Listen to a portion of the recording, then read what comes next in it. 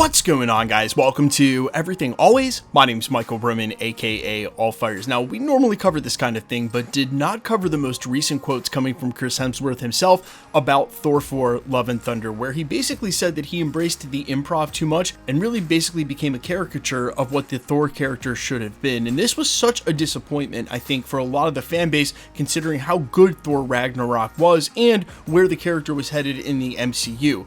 But now, confirmed by multiple sources, Thor 5 has been kicked around in pre-development for quite some time. We've got a huge update today about when it's actually going to start filming and what it means for its inclusion, or should I say exclusion, from the Multiverse Saga. We're breaking down the latest update about Thor 5 and its future release at Marvel Studios, but first, if you could grab the subscribe button. We do daily Marvel content at the channel, and that's all we do. Everything from official Easter egg breakdowns, trailers, and reviews, to the occasional industry insider report and everything in between. So if that sort of thing's for you, hit the subscribe button, leave a comment down below. That will automatically enter you to win our ongoing PS5 giveaway. The next one is right around the corner to coincide with the release of Deadpool and Wolverine, just about 2 months away. Again, all you gotta do be a sub, leave a comment. If you want, stick around to the end of the video. We get into all the giveaway stuff again there. Okay, so this is the latest from none other than Daniel RPK. Yes, there are other industry insiders in the game. He's just decided to drop a ton of updates this weekend. This is what he said late yesterday about Thor 5. Again, according to industry insider Daniel Rickman, quote, Thor 5 officially listed as happening and now on the grid to film in 2025, so about a year and a half away, the end of next year. He then goes on to add this, quote, not sure if it means it will be a post-Secret Wars project, but my bet would be on yes. They are looking for someone to write and direct the film now. Now, there's a lot to unpack here. About every 2 or 3 months, we do a mock slate here at the channel. We actually haven't done one in quite some time. There have been so many new projects announced both for Disney Plus and on the film side that we talked about major delays here for Avengers Secret Wars. But if you missed the update incoming from Daniel RPK a week and a half ago, he says as of right now, Avengers 5 and Avengers 6 are still on target to release respectively in 2026 and 2027.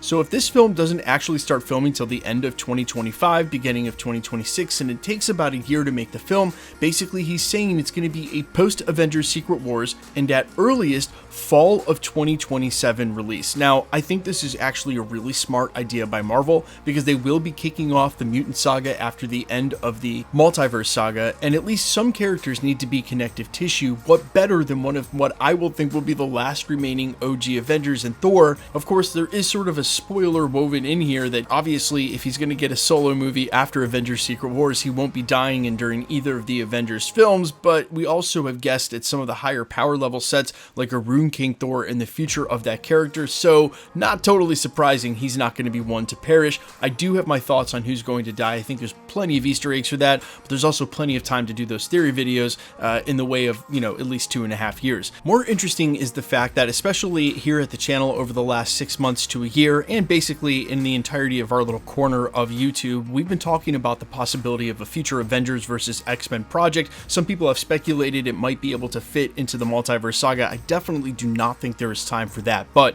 maintaining certain Avengers characters, especially the OG ones, like Thor, is really what we want to see the most when we get our own MCU X-Men recast and for their own X-Men films going forward into the Mutant Saga. We want some OG characters like Thor around to interact with them. That's the whole point. You don't want to have wiped the slate clean of all your old school Avengers characters only to have the X-Men show up in the MCU and not be congruent with all of them. And I know what you're going to say in the comments, hey, but they'll have the Fantastic Four too, and of course that's super exciting, but we basically saw those two already at Fox not being able to interact with the greater MCU like Spider-Man, like the Avengers. And so while I don't think Tony Stark will be coming back, or at least our Robert Downey Jr. won't be coming back for the long term in the MCU, they're also going to have to address recasting Tony Stark, recasting Steve Rogers, recasting some of these other Avengers, and for the future so that we can have an Iron Man and a Captain America and a Black Panther alongside the X-Men. Keeping who you already have around like Thor, Chris Hemsworth, is a great idea because he's one of the few characters, and again, that hasn't already died or left the MCU, that they can have involved in the mix and crossing over. And of course, there are some other characters. For instance, we just heard recently there's going to be a second season of Hawkeye, and it will see the return of Clint Barton, and that's sort of complicated for his storyline, but also Jeremy Renner already said if they give him a call, he would come back. we're probably going to see him in Avengers Secret Wars, but as we mentioned moments ago in this video, there are OG characters like Hawkeye or say Doctor Strange that are probably going to die in Avengers Secret Wars. That's where you're going to find your stakes. So whoever you can keep around is going to be a valuable commodity. The only thing we know about Thor 5 as published by the trades when this was first rumored in the middle of last year, 2023, and towards the end of the year, is that Taika Waititi would not be returning after directing Thor Ragnarok and Love and Thunder to the franchise, that they would go with a new director, and Chris Hemsworth himself has said he's more interested in going with a serious tone for Thor. So whatever your thoughts were on Ragnarok and Thor Love and Thunder, Marvel Studios is going to return Thor to the tone of the first two Thor films and find a new director and a new direction with the franchise. So don't fret. I know Thor Love and Thunder was pretty much one of the worst movies and during the last 2 or 3 years of Marvel, but they're not going to do that or go that direction again. Taika Waititi has already said himself and confirmed he won't be a part of the franchise going forward. But you guys let me know all your thoughts down below, how hype you are for Thor 5, what you want to see from the story, and if you could pick a director for this film, who you got. I've got some thoughts, but I also know some names are going to come to the front of the list, especially recently with Furiosa's director saying that he would do anything with Chris Hemsworth if he wanted him to work on it, which could include a future Marvel movie like Thor. You let me know all your thoughts down below. Quickly, let's get into the giveaway stuff before I let you go. Okay, we are still giving away PlayStation 5s at the channel. In fact, we just announced a brand new winner a couple of videos ago. That's our video covering Nova. I'll make sure to link it at the end of this if you haven't checked that winner announcement out. But we're also giving one away for every official Marvel release throughout the year. So Friendly Neighborhood Spider-Man, Agatha, whatever they've ended up naming it, Deadpool and Wolverine, Eyes of Wakanda, whatever else Marvel releases and throughout this year.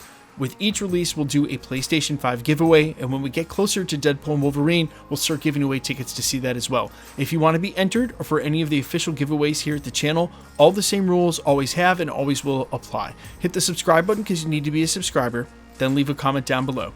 Because it's truly random, the more videos that you comment on, the better chance you have of winning.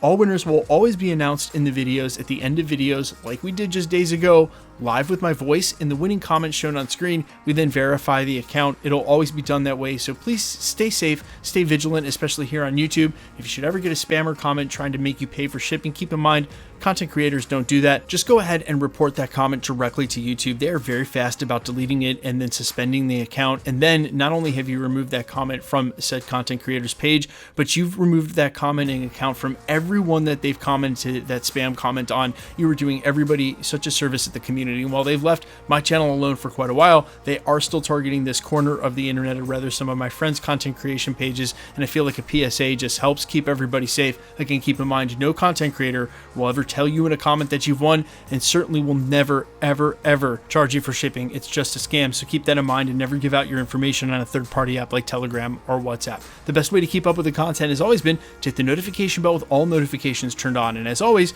if you liked today's video, I'd appreciate it if you'd hit the like button. My name's Michael Roman. You can find me in a couple of places: Instagram and Twitter at I'mFires. You can also find me on Spotify, YouTube, Amazon, Apple, iTunes, wherever you listen to original music under the name Allfires. And while I would sincerely appreciate you checking my music out, thanks for checking this channel out. Stick around. We'll be posting again real soon.